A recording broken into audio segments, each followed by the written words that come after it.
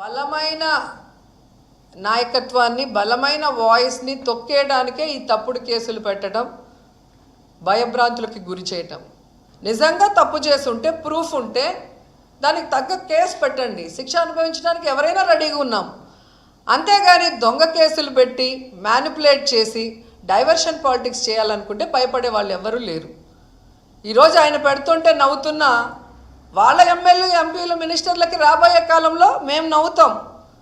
అప్పుడు మీకు తెలుస్తుంది ఇక్కడ మినిస్టర్కో లేదా బైరెడ్డి సిద్ధార్థకో ఏం సంబంధం ఉంది. డైరెక్ట్గా అవి జరిగిపోయినాయి. కలెక్టర్లకు వెళ్ళింది, ఆర్ఎండ్బి దీనికి వెళ్ళింది. సో దేనికి ఎంత వెళ్ళింది, ఏ విధంగా వర్క్ జరిగిందని క్లియర్గా ఉంది.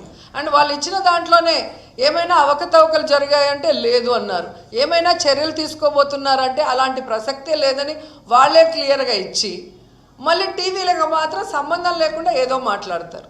ఈ డబ్బు ఏ విధంగా వాళ్ళు ఖర్చు పెట్టారు, ఎవరెవరి ద్వారా అనేది క్లియర్ కట్గా ఉన్నప్పుడు సంబంధం లేని మాకు లేదా బైరెడ్డికి ఏదో కేసులు పెట్టేసినారు అంటే వాళ్ళ మనసులో వాళ్ళకి ఆశ ఉంది, రోజాని అరెస్ట్ చేసేయాలి, సంబరాలు చేసుకోవాలి, లేదా కొడాలి నాన్ని అరెస్ట్ చేసేయాలి, సంబరాలు చేసుకోవాలి, లేదా పేరుని నాని లేదా అంబటి. అంటే ఎవరైతే గట్టిగా మాట్లాడతారో, ఎవరైతే టీడీపీ జనసేన చేసే తప్పుల్ని ఎత్తి చూపిస్తారో వాళ్ళని అరెస్ట్ చేస్తే వీళ్ళకి సంబరం. అంతేగాని వాళ్ళు మంచి పనులు చేసి పేరు తెచ్చుకుందాం, వాళ్ళ నోర్లు ముయిద్దామన్న ఆలోచనే లేదు వాళ్ళకి.